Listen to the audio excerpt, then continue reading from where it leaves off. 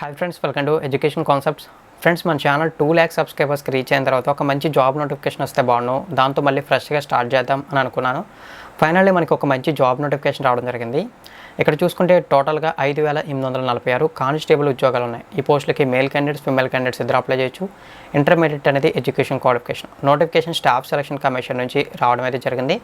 ఇక నోటిఫికేషన్ సంబంధించిన complete details అయితే వీడియోలో తెలుసుకుందాం. ఇక ఆలోచన చేయకుండా వీడియోలోకి అయితే వెళ్దాం.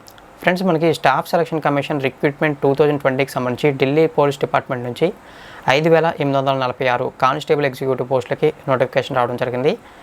చాలామందికి డౌట్ వస్తుంది, ఢిల్లీ పోలీస్ డిపార్ట్మెంట్ అంటున్నారు, రిమైనింగ్ స్టేట్స్ వాళ్ళు అప్లై చేయొచ్చు అని. ఫ్రెండ్స్, ఈ నోటిఫికేషన్లో ఏవైతే పోస్టులు ఉన్నాయో వీటికి ఆల్ ఇండియన్ సిటిజన్స్ అప్లై చేసుకోవడానికి ఎలిజిబుల్ అని చెప్పి నోటిఫికేషన్లో క్లియర్గా మెన్షన్ అయితే చేశారు. అది మీరు అఫీషియల్ నోటిఫికేషన్ కూడా చూసి చెక్ చేసుకోవచ్చు. వీడియో కింద డిస్క్రిప్షన్లో మీరు అప్లై చేయడానికి అఫీషియల్ నోటిఫికేషన్ డీటెయిల్స్ మీరు కూడా ఒకసారి చదివి తెలుసుకోవడానికి లింక్స్ అయితే ఉంటాయి. అక్కడ నుంచి కూడా మీరు ఇన్ఫర్మేషన్ కరెక్టా కాదని తెలుసుకోవచ్చు. ఇక జాబ్ లొకేషన్ ఎక్కడ ఉంటుంది అని చెప్పి అనుకోవద్దు. మనకి జాబ్ లొకేషన్ చూసుకుంటే ఢిల్లీలోనే ఉంటుంది. అది కూడా మీరు అయితే గుర్తుంచుకోండి. ఇక నోటిఫికేషన్ సంబంధించిన డీటెయిల్స్ స్టెప్ బై స్టెప్ చూద్దాం. ఫస్ట్ ఆఫ్ ఆల్ మనం నోటిఫికేషన్ సంబంధించిన ఇంపార్టెంట్ డేట్స్ చూద్దాం. ఫ్రెండ్స్, ఈ పోస్టులకు సంబంధించిన నోటిఫికేషన్ మనకి ఆగస్టు 1వ తారీఖు రావడం జరిగింది. ఆ రోజు నుంచి అంటే ఆగస్టు 1వ తారీఖు నుంచి ఆన్లైన్ అప్లికేషన్స్ అనేవి స్టార్ట్ అయ్యాయి. ఇక ఆన్లైన్లో అప్లై చేయడానికి లాస్ట్ డేట్ చూసుకుంటే మనకి సెప్టెంబర్ 7వ తారీఖు, అంటే నెక్స్ట్ మంత్ 7వ తారీఖు అనేది లాస్ట్ డేటు. అలాగే ఆన్లైన్లో అప్లికేషన్ ఫీజు పే చేయడానికి సెప్టెంబర్ 9వ తారీఖు అనేది లాస్ట్ డేట్గా మెన్షన్ చేశారు. అంటే మనకి ఆన్లైన్ అప్లికేషన్స్ కంప్లీట్ అయిపోయిన 2 days తర్వాత కూడా మనం అప్లికేషన్ ఫీజు అయితే పే చేయొచ్చు. అదైతే మీరు క్లియర్గా గుర్తుంచుకోండి. ఇక నెక్స్ట్ మనకి ఈ నోటిఫికేషన్ సంబంధించిన ఇంకొక ఇంపార్టెంట్ డేట్ కూడా మెన్షన్ అయితే చేశారు. ఆ డేట్ తెలుసుకోవాల్సిన అవసరం అయితే లేదు, బట్ చెప్పాలి కాబట్టి చెప్తున్నాను.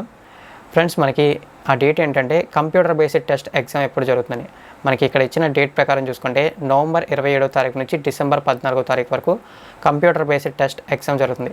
ఎంత ఇంపార్టెంట్ డేట్ని తెలుసుకోవడం అవసరం లేదు అని ఎందుకన్నారు అని చెప్పి చాలామందికి ఒక డౌట్ రావచ్చు. ఫ్రెండ్స్, మనకి స్టాఫ్ సెలక్షన్ కమిషన్ ఏవైతే డేట్స్ని అయితే మెన్షన్ చేస్తుందో ఆ డేట్స్ ప్రకారం 100% మనకి ఎగ్జామ్స్ అయితే జరగవు. ఆ డేట్స్లో మేబీ ఒకవేళ పాసిబుల్ అయితే ఈసారి అయితే జరగవచ్చు. నాకు తెలిసినంత వరకు ఆ డేట్స్లో ఎగ్జామ్స్ కండక్ట్ అయితే చేయరు. మేబీ నాకు తెలిసి 2020 జనవరి 1st వీక్లో కానీ, లేదా లాస్ట్ వీక్, లేదా మార్చ్ 1st వీక్లో కానీ ఎగ్జామ్స్ అయితే జరుగుతాయి. అదైతే గుర్తుంచుకోండి. ఇక టోటల్గా చూసుకుంటే మనకి 5846 కానిస్టేబుల్ ఎగ్జిక్యూటివ్ పోస్టులు ఉన్నాయి కదా, వాటిని కేటగిరీ వైజ్ ఏ విధంగా డివైడ్ చేశారో అవి అయితే చూద్దాం. మనకి అన్రిజర్వ్డ్ కేటగిరీకి చూసుకుంటే 2801 పోస్టులు అయితే ఉన్నాయి. ఇక ఎవరైతే ఎకనామికల్ వీకర్ సెక్షన్ ఉంటారో వాళ్ళకి చూసుకుంటే 583, ఓబీసీకి చూసుకున్నట్లయితే మనకి 1133, ఎవరైతే ఎస్సీ క్యాండిడేట్స్ ఉంటారో వాళ్ళకి 1037, ఎస్టీ క్యాండిడేట్స్కి 302 పోస్టులు ఉన్నాయి. టోటల్గా మనకి 5846 కానిస్టేబుల్ ఎగ్జిక్యూటివ్ జాబ్స్ని ఈ విధంగా మనకి కేటగిరీ వైజ్ డివైడ్ అయితే చేశారు. ముందుగానే చెప్తున్నాను, ఇవి మనకి మేల్ క్యాండిడేట్స్, ఫిమేల్ క్యాండిడేట్స్ ఇద్దరు అప్లై చేసుకోవడానికి అయితే ఉన్నాయి. అది కూడా మీరు అయితే గుర్తుంచుకోండి. ఇక్కడ నెక్స్ట్ మనం వీటికి సంబంధించిన ఎడ్యుకేషన్ క్వాలిఫికేషన్స్ తెలుసుకుందాం. ఫ్రెండ్స్, ఎడ్యుకేషన్ క్వాలిఫికేషన్తో పాటు ఇంకొక ఇంపార్టెంట్ ఇన్ఫర్మేషన్ కూడా ఉంది, అది కూడా చెప్తాను. చాలామంది దాని అయితే స్కిప్ చేస్తారు. సో అదైతే మీరు గుర్తుంచుకొని ఆ క్వాలిఫికేషన్ కూడా మీకు ఉండేలా చూసుకోండి. అది లేకపోతే మీకు జాబ్ అయితే రాదు. మీరు exam qualify, physical efficiency test, physical measurement test qualify అయినా సరే మీకు జాబ్ అయితే రాదు. సో ఒకసారి అయితే చూద్దాం. First of all, intermediate pass అయిన ప్రతి ఒక్కరి పోస్టులకు అప్లై చేయొచ్చు. ఇంటర్మీడియట్ అనేది ఎంపీసీఏ, బైపీసీఏ, సిఈసీ, హెచ్ఈసీ, ఎంఈసీ, వొకేషనల్లో మేము ఏది అప్లై చేయాలి అని చెప్పి చాలామంది డౌట్ అయితే రైజ్ చేస్తారు. ఫ్రెండ్స్, మీరు ఇంటర్మీడియట్ పాస్ అయితే సరిపోతుంది. మీరు ఏ కోర్స్ అయినా పర్వాలేదు, అదైతే గుర్తుంచుకోండి. ఇక నెక్స్ట్ ఇంకొక క్వాలిఫికేషన్ కూడా ఖచ్చితంగా ఉండాలన్నాను కదా, అది చూసుకున్నట్లయితే మనకి బైక్ డ్రైవింగ్ అనేది మేల్ క్యాండిడేట్స్కి కంపల్సరీగా వచ్చి ఉండాలి. దానితో పాటు డ్రైవింగ్ లైసెన్స్ కూడా కంపల్సరీగా అయితే ఉండాలి. లెర్నింగ్ లైసెన్స్ ఉంటే మీరైతే క్వాలిఫై కాదు. అయితే అప్లై చేసే టైంలోని కంప్యూటర్ బేస్డ్ టెస్ట్ ఎగ్జామ్ రాసే టైంలో మీకు దగ్గర ఉండవలసిన అవసరం లేదు. Computer based test exam complete అయిపోయి ఏదైతే షార్ట్ లిస్ట్ చేసి ఫిజికల్ ఎఫిషియన్సీ టెస్ట్ లేదా ఫిజికల్ మెజర్మెంట్ టెస్ట్ ఏవైతే ఉంటాయో ఆ టైంలో కల్లా మీ దగ్గర డ్రైవింగ్ లైసెన్స్ ఉండాలి.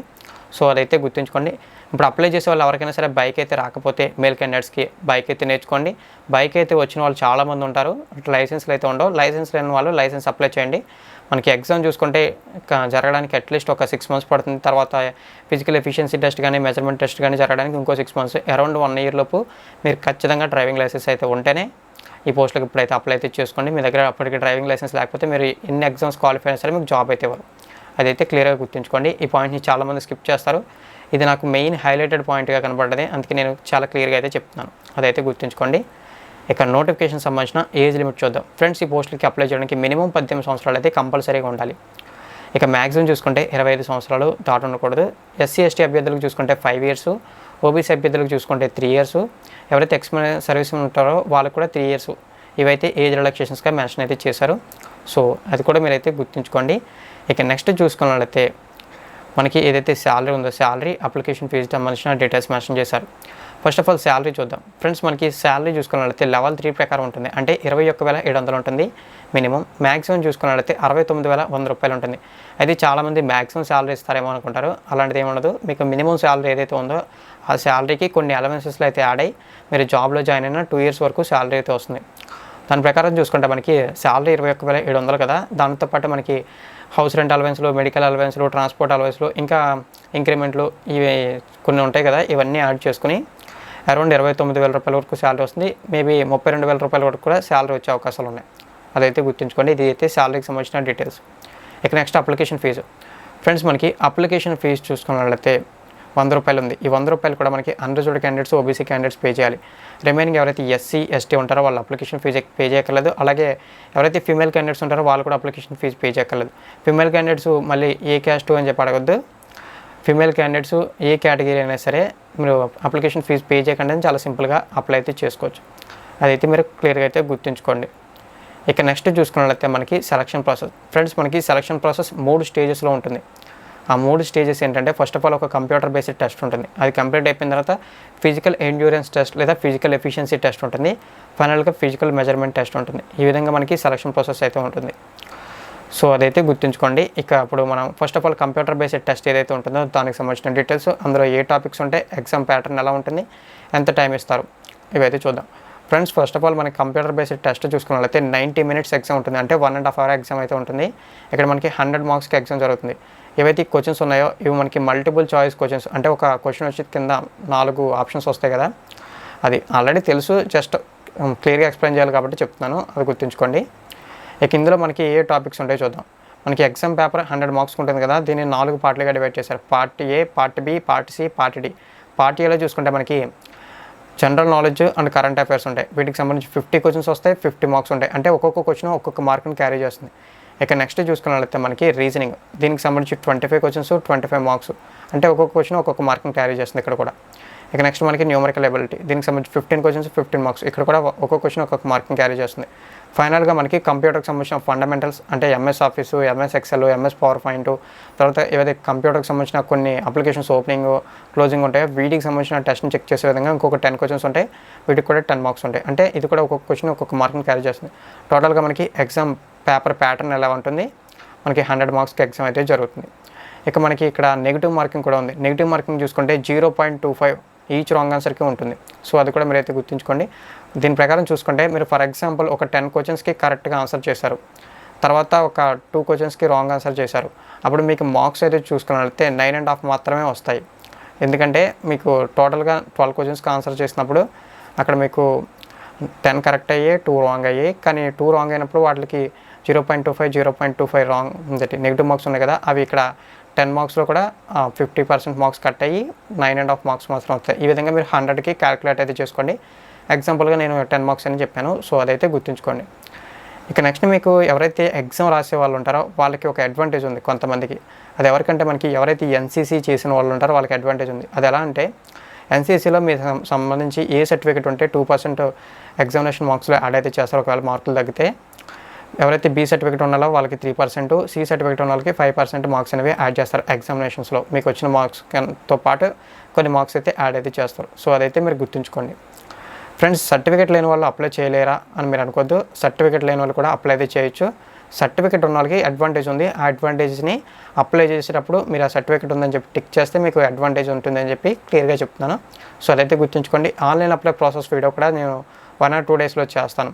ప్రీవియస్గా ఏవైతే national institute of rural development, ICC ఉన్నాయో అవి కూడా నేను సోమవారంలో కల్లా అప్లోడ్ చేసిన తర్వాత ఈ ఆన్లైన్ అప్లై ప్రాసెస్ వీడియో అయితే కంప్లీట్ అయితే చేస్తాం. సో అదైతే మీరు గుర్తుంచుకోండి ఫ్రెండ్స్. ఇప్పుడు ఏవైతే మనం తెలుసుకున్న పోస్టులు ఉన్నాయో వీటికి సంబంధించిన కంప్యూటర్ బేస్డ్ టెస్ట్ అనేది మనకి 2 లాంగ్వేజెస్లో ఉంటుంది. అయితే హిందీ లేదా ఇంగ్లీష్ ఈ 2 లాంగ్వేజెస్లో మాత్రమే ఎగ్జామ్ అయితే కండక్ట్ అయితే చేస్తామని చెప్పి నోటిఫికేషన్లో క్లియర్గా మెన్షన్ అయితే చేశారు. అదైతే గుర్తుంచుకోండి. చాలామందికి ఎగ్జామ్ ఏ లాంగ్వేజ్లో జరుగుతుందో ఒక కన్ఫ్యూజన్ ఉంటుంది. ఇక నెక్స్ట్ చూసుకున్నట్లయితే మనకి ఎగ్జామ్ సెంటర్స్ ఎక్కడెక్కడ ఉంటాయి ఫ్రెండ్స్. మనకి ఆల్ ఓవర్ ఇండియా మొత్తం మీద ఎగ్జామ్ సెంటర్స్ ఉన్నాయి. అంటే ఆంధ్రప్రదేశ్, తెలంగాణలో కూడా మనకి ఎగ్జామ్ సెంటర్స్ ఉన్నాయి. ఆంధ్రప్రదేశ్లో చూసుకుంటే టోటల్గా మనకి 10 ఎగ్జామ్ సెంటర్స్ ఉన్నాయి. తెలంగాణలో చూసుకుంటే 3 ఎగ్జామ్ సెంటర్స్ ఉన్నాయి. ఆంధ్రప్రదేశ్లో ఏవైతే ఎగ్జామ్ సెంటర్స్ ఉన్నాయో అవైతే చూద్దాం. ఆంధ్రప్రదేశ్లో మనకి చీరాల, గుంటూరు, అలాగే కాకినాడ, కర్నూలు, నెల్లూరు, రాజమండ్రి, విజయనగరం, విశాఖపట్నం, విజయవాడ, అలాగే తిరుపతి, ఇవైతే మనకి ఆంధ్రప్రదేశ్లో ఉన్నటువంటి ఎగ్జామ్ సెంటర్స్. ఇక నెక్స్ట్ మనకి తెలంగాణలో చూసుకుంటే తెలంగాణలో మనకి మెయిన్లీ హైదరాబాద్ అనేది exam centre, next Warangal, Karimnagar అనేది ఎగ్జామ్ సెంటర్స్. ఇవైతే మనకి ఏవైతే ఎగ్జామ్ సెంటర్స్ ఉన్నాయో ఎగ్జామ్ సెంటర్కి సంబంధించిన లొకేషన్స్ వీడియో కింద డిస్క్రిప్షన్లో నోటిఫికేషన్ ఉంటుంది కాబట్టి అక్కడ నుంచి మీరు కూడా ఒకసారి చెక్ చేయొచ్చు. ఫ్రెండ్స్, మనకి సెలక్షన్ ప్రాసెస్లో first stage computer based test complete అయిపోయింది కదా. తర్వాత మనకి చూసుకుంటే physical efficiency test, physical measurement test అయితే ఉంటుంది. అయితే ఈ ఫిజికల్ ఎఫిషియన్సీ టెస్ట్కి, ఫిజికల్ మెజర్మెంట్కి టెస్ట్కి మీరు వెళ్ళాలనుకుంటే మీరు కొన్ని మనకి క్వాలిఫైయింగ్ మార్క్స్ అయితే ఇచ్చారు. ఆ క్వాలిఫైయింగ్ మార్క్స్ అనేవి కంపల్సరీగా మీకు రావాలి. ఫర్ ఎగ్జాంపుల్ చూసుకుంటే అన్రిజర్వ్డ్ క్యాండిడేట్స్కి 35% ఆఫ్ మార్క్స్ అయితే రావాలి. అంటే 35 మార్క్స్ రావాలి. ఎవరైతే ఎస్సీ, ఎస్టీ, ఓబీసీ ఉంటారో వాళ్ళకి 30% అంటే 30 మార్కులు అయితే కంపల్సరీగా రావాలి. సో అదైతే గుర్తుంచుకోండి. ఈ మార్క్స్ వస్తేనే మీరు నెక్స్ట్ స్టేజ్కి క్వాలిఫై అవుతారు. సో అది కూడా మీరు అయితే గుర్తుంచుకోండి. ఇక నెక్స్ట్ స్టేజ్లో చూసుకున్నట్లయితే మనకి ఫిజికల్ ఎండ్యూరెన్స్ టెస్ట్లో ఇక్కడ మనకి 1600 మీటర్స్ రన్నింగ్ని మేల్ క్యాండిడేట్స్ 6 మినిట్స్లో కంప్లీట్ చేయాలి. అలాగే 14 ఫీట్ లాంగ్ జంప్ చేయాలి. దీనికి మనకి 3 ఛాన్సెస్ ఇస్తారు. అలాగే 3.9 ఫీట్ హై జంప్ చేయాలి. దీనికి కూడా 3 ఛాన్సెస్ ఇస్తారు. ఇవి మేల్ క్యాండిడేట్స్కి సంబంధించి. ఇక నెక్స్ట్ ఫిమేల్ క్యాండిడేట్స్కి చూసుకున్నట్లయితే 1600 మీటర్స్ని 9 మినిట్స్లో అయితే కంప్లీట్ చేయాలి. అలాగే వాళ్ళు చూసుకుంటే 10 feet long jump, 3 feet high jump చేస్తే సరిపోతుంది.